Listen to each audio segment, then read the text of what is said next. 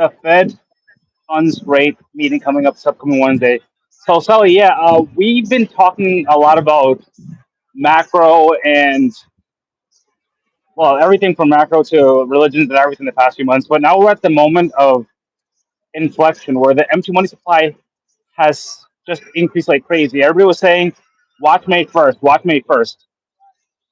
We got to May 1st, we almost got to $100,000. Mm. And we just had two important meetings, by the way, Token 2049, both in Dubai. Token 2049 and also Sui Basecamp. Raul Paul spoke at both of them. At the first one, I believe he interviewed CZ from Binance. And the second one, he spoke on the basically the his theory of the banana zone, where you go, you have bull one, bull two, bull three. Now I think we're going to bull two, I believe, which is was supposed to happen February to March. So for this upcoming month, and after that, I actually have a surprise, a surprise. We had a surprise guest on the space last night, and I don't know our expectations that we run every day. And I'll talk about his prediction for what's going to happen the rest of the year. But what are you saying going into May? Usually we say sell in May and go away. We'll talk more about that topic tomorrow with our expert in New Jersey. But what are you Yeah. saying? Are you saying that you're going to sell right now, or do you see empty money supply increasing and you're like, fuck it, I'm going all in? At the moment, yeah, it's interesting yesterday because, yeah, it's quite surprised it did jump up a little bit. I do think it has potential to grow just a little bit more, possibly around the 100K mark. That's just my prediction. But obviously, it's just something I'll be keeping close eye on, on a daily and weekly basis, just to see the performance I of don't how really things want are to know going the right now. because week to week things can change. I'm saying like Yeah, when you're seeing empty money supply, if you track money supply correctly, right, you can almost make a yeah, case that Bitcoin's gonna hit there's this massive 100K and hit all new time highs in the next 2 weeks. And I say this because gold is the first mover, right? In financial markets, yeah. gold is the first mover when you're going into a recession. Now we're seeing American media. I'm not sure about British media. Are you seeing this on British media too? Because I don't watch a lot of media, but the little media I've seen, I've noticed that Mm. they're changing their tone. People are now saying that Bitcoin is a safe haven, like digital gold, whereas last year they were saying, it was for criminals. Now they're saying that it's the next safe haven after gold. So now you're seeing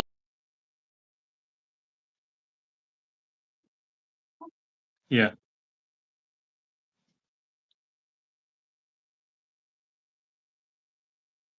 there's something there where there's a lot of volatility between gold and Bitcoin. People are buying Bitcoin to sell gold, gold is, buy bit, vice versa.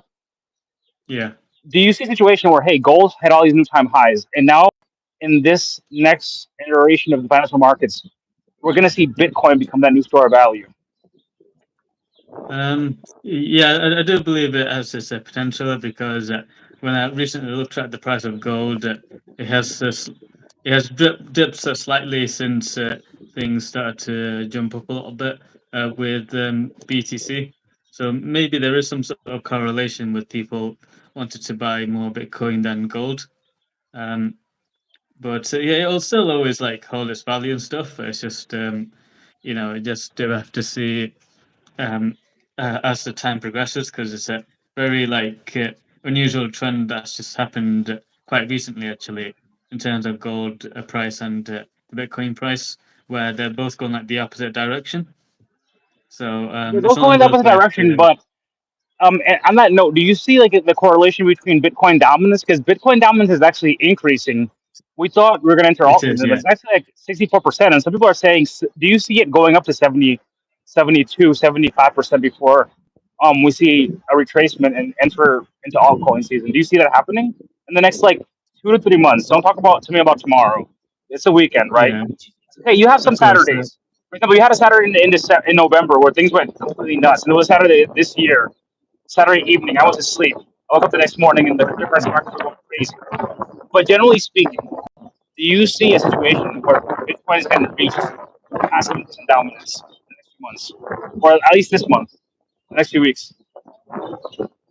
um Yeah, it's a bit hard to say, but because I'm just looking at the Bitcoin dominance now, so it's saying it's at 63%, just maybe 64% at the moment, and it's nearly 30% for for the other tokens. So it's changed quite pretty quickly actually, because you'd think it would be the other way around. But I'd say like the What do you mean by the changes other way at the around? What does that mean?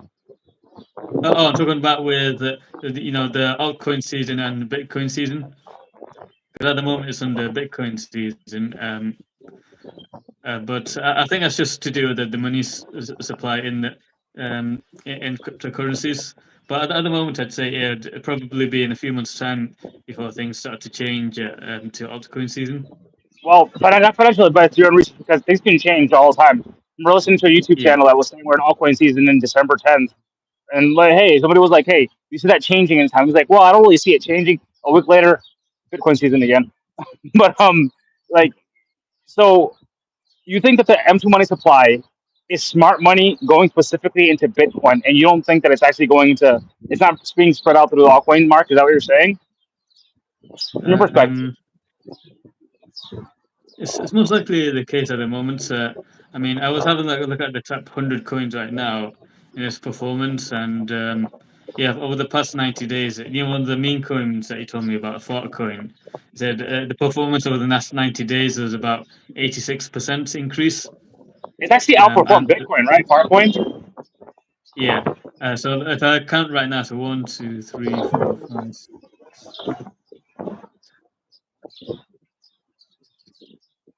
so 19 tokens that have outperformed Bitcoin over the past 90 days. And one of those is Hype, correct? HYPE, Hype. Hype. I see IP on there. Not hype. There's virtual. I'm aware of that one. There's one called Cake, TRX. I think it's Tron. Um, what's it called? MKR Layer. The top one is Form. FORM. When you're So filling in the 19, form. 19 tokens have outperformed Bitcoin the past 90 days. To me, by Yeah. definition, isn't that by definition altcoin season?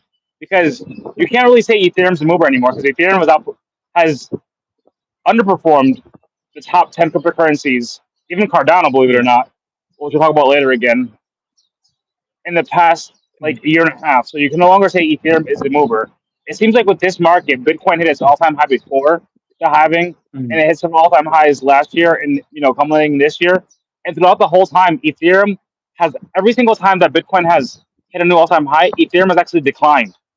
Like I never thought I'd mm, see Ethereum under $2,000 right now. So do yeah. you think we're in altcoin season? Do you think we've been in altcoin season for the past 90 days? People are just in Um, the wrong altcoins, or how would you analyze this? it's it's quite far away from it, because when you look down the graph, you see everything else like past those 19 tokens. The rest of them are in red. Some of them as low as like 50% in the past 90 days. Some So what does that mean? and Does the, that mean that altcoin season is not, the definition of altcoin season is every single altcoin outperforming Bitcoin, or what's the definition then? Because my understanding was um, it meant that because at the certain moment altcoins. Go ahead. because at the moment, yeah, it's if it's Bitcoin season, what that means is it's outperforming the other tokens, the smaller tokens, and right now it's at that case where it's outperforming most of them, so about like 95% of them. So it's a very small percentage that's only outperforming Bitcoin. So we're quite a long way before we reach altcoin season.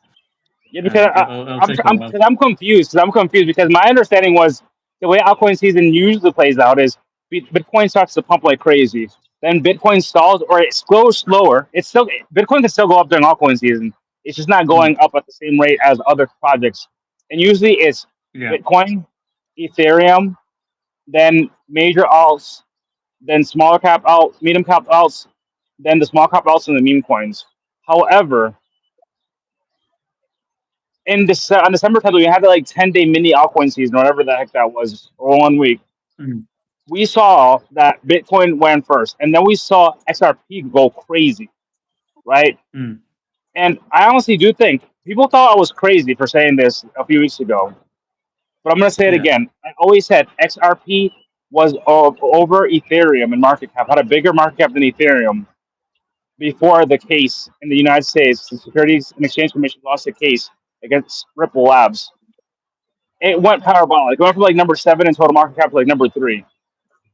And it looks like XRP is outperforming the fuck out of Ethereum. And you know what's happening Yeah. later this month, right? In the U.S., you remember what we said before about what's happening later this month in the U.S.? Can't remember that actually. Okay, Just remind me. the case, this Ripple against Ripple Labs is ending. Judge Torres, the judge in charge of that case, is going to lift the injunction, which means Ripple right now cannot sell XRP to institutional investors in the United States. They cannot sell it to Right. banks.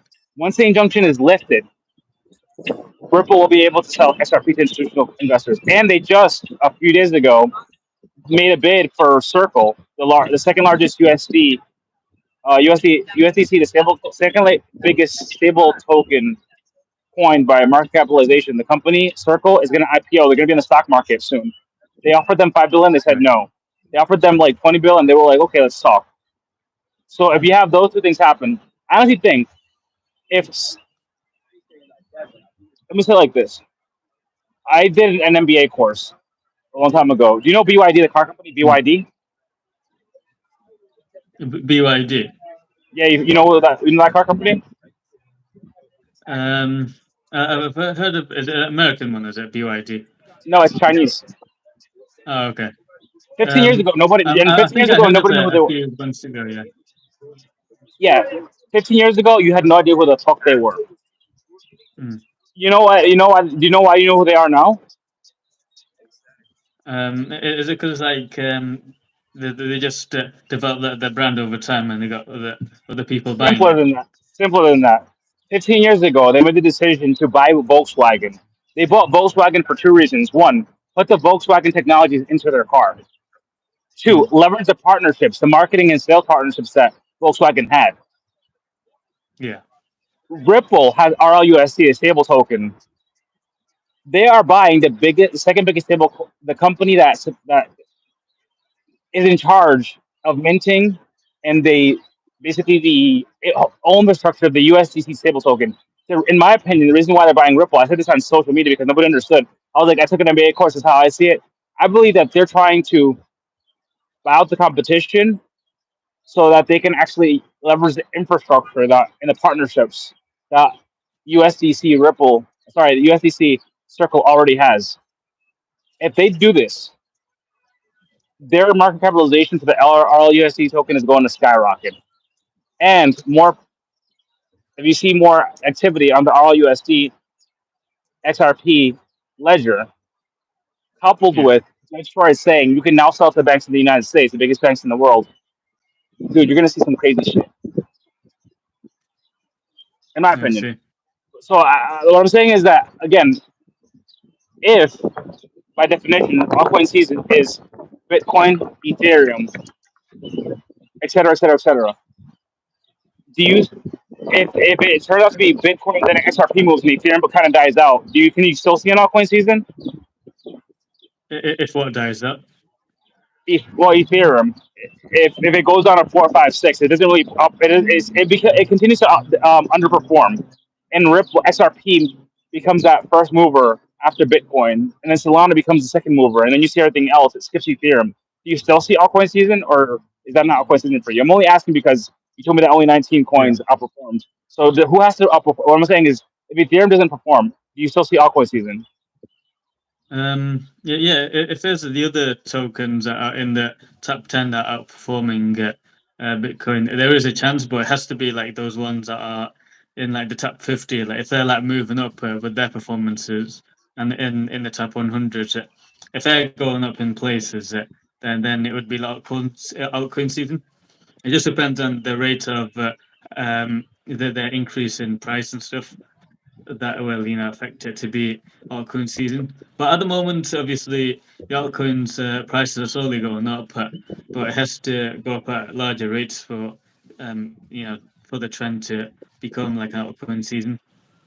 I like what you're saying there. So basically, like I've been saying before, that Bitcoin can still perform well during altcoin season. Altcoins can still perform well during Bitcoin season, but for altcoin season to happen, major altcoins, have to start outperforming Bitcoin, right? In the top 10, top 20, then the top 50, correct? For an extended amount of time, right? I say mini Mm, altcoin season, but that wasn't an altcoin season. Yeah. Generally speaking, people say altcoin season has to at least be 30 days. Or generally, traditionally, again, it's a really nascent new market, maybe 60 to 90 days max, but Yeah. 30 days minimum, not 5 days or a week. Mm. So, with that being said, we have a couple things coming up. This is going to be a really short one. We're probably going to end like in 5 minutes. I have Yeah. a lot Sure. of meetings to go to. And the next That's week we fine. have. Okay, so we had Token 2049 the past week. We had Sui Base Camp the past week, both in Dubai. With all Paul I said, and CZ, everybody was there. We have the biggest Bitcoin conference in the world coming up May 24th to 27th, something like that. Yeah. These next 3 weeks are about building. Do you see the momentum from those? Because usually when it's a dead market, you go to those conferences and they're exciting and the energy's up. Mm. When you step in, once Yeah. it's over, it's like, okay, back to the real world. Now we're in a bull market year. Do you see the momentum carrying us for the rest of this month? Basically, with like all the conferences that are happening. By the way, our Cinco de Mayo event in 2 days in New Jersey with Stand with Crypto, the biggest lobbying firm in the United States, is going to be there. Yeah. So to answer that question, so I'd say that yeah, there is the chance for the momentum to build up, but it wouldn't really make sense to just go up and then suddenly go down, because obviously it is a quite big change in how things are being performed right now. Um, so for me, I'd before I even like sell anything, I'd want to see how Bitcoin's performing over the next few days, in the next few weeks. But personally, I think it has room to grow before it goes back down. But that's just my opinion. Yeah, we'll have to obviously how the how the what's it called, the conferences go in terms of people's engagement and their level of influence, as well as like how much they're willing to buy Bitcoin and the other tokens. Because if they are the big investors, and that's going to impact the price quite a lot. Okay, so my last question, I'll put this all into one. So yesterday we had Charles Hoskinson, we called him out, the founder of Ada Cardano. We called him out yesterday Mm, on X, and we're like, come to our space. He stayed for like about an hour and a half, was talking to us, answering any question we had. We didn't ask him for any predictions. He said that he believes because of institutional money rushing in, and also the fact that we had 3 states this past week, 3 states. One state mm, was Arizona, rushed legislation to the governor's desk. She said no this morning. We got the bad news, but because of what she did, what the state did of Arizona, North Carolina, and New Hampshire, they hurried the legislation, and it looks like this coming week they're going to be able to get it to the governor's desk. And we had the first city ever in the history of the world establish a Bitcoin strategic reserve, Roswell, New Mexico. right. Actually, it might be the second city because I think Panama City is something similar. It's either the first or the second. It's definitely the first in the U.S. Anyway, with all this coupled, the fact that Charles Hoskinson says this, not Michael, World saying this, not you saying this, not anybody saying this. Yesterday night, not a week ago, not a month ago, yesterday night, Mm, less than 12 hours ago, Charles Hoskinson said, and I quote, Bitcoin is going to $250,000 this year. Suck that right. up, digest it.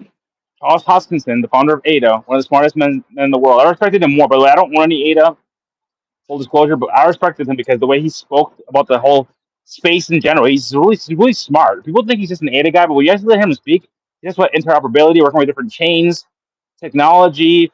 He said something. He made a line. He said a line yesterday where he said, "Listen, Solana's not that. They're not that bright. All they did was take technology that we use every day with Netflix and other streaming services, put it on their blockchain, and said that they're now the fastest blockchain."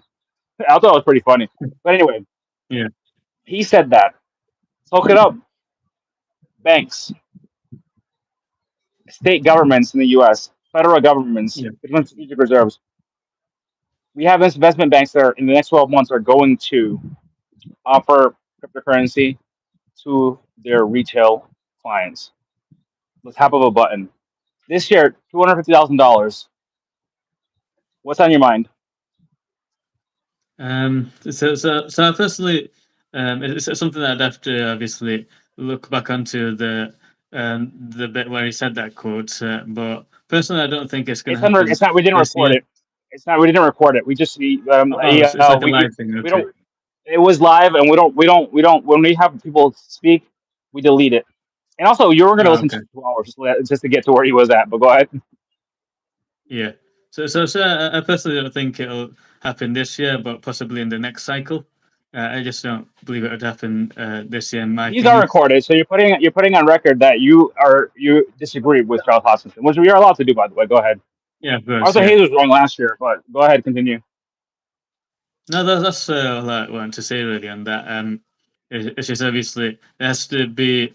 You have to hit certain milestone before it can reach obviously 250,000.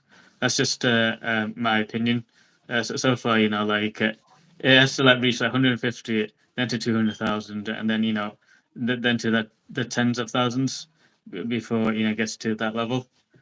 So that's just Definitely, but my you opinion, know how really. these things are. People forget that there was a time last year that Bitcoin went from Yeah. like 20,000 to like $60,000 in a week, and it actually suspended buying on exchanges because it was growing too fast. And you know how it is; they want to lock retail out.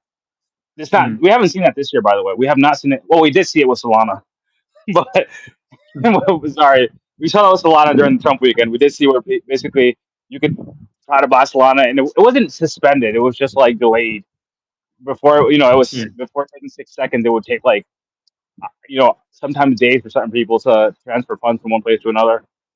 Mm. But what I'm saying is none of this financial advice is just our opinion, and I think that this is good because Yeah. remember we can look at chart. We can only look at charts in the short term, right? But things can change if the charts tell you something different a week from now, a month from now, right? Let's say that Bitcoin goes to 150K or something in the month. I'm just saying, not financial advice, and then drops back down to 120,000. By the way, people freak the fuck out again because people are fucking nuts. I told my friend in the financial industry this. He was like, "Oh, Bitcoin." Like a few weeks ago, a month ago, he was like, "Oh, Bitcoin went back to $70,000." I was like, "Listen, bro." And he's a smart man. He has like $175 million assets under management, but he doesn't touch crypto. Mm. I was like, "Listen, bro. Bitcoin's gonna go to 150K, and it's gonna drop back down to 120K, and people are gonna freak the fuck out again." And it was like, "Mike, you're right." I was like, "I know I'm right." um, and yeah, I mean, last year, if you would, people would have been happy to be at 70K last year. I still remember that. But with that Yeah. being said, I gotta get going because I gotta do another Of video and I course, yeah. gotta get ready for more spaces and events today, man. When I'm traveling, I'm all over the place. I don't stand still. But with that being said, brother, That's enjoy the fine. rest Yeah. of your Saturday. Upwards and onwards. That's good. Yeah. See ya.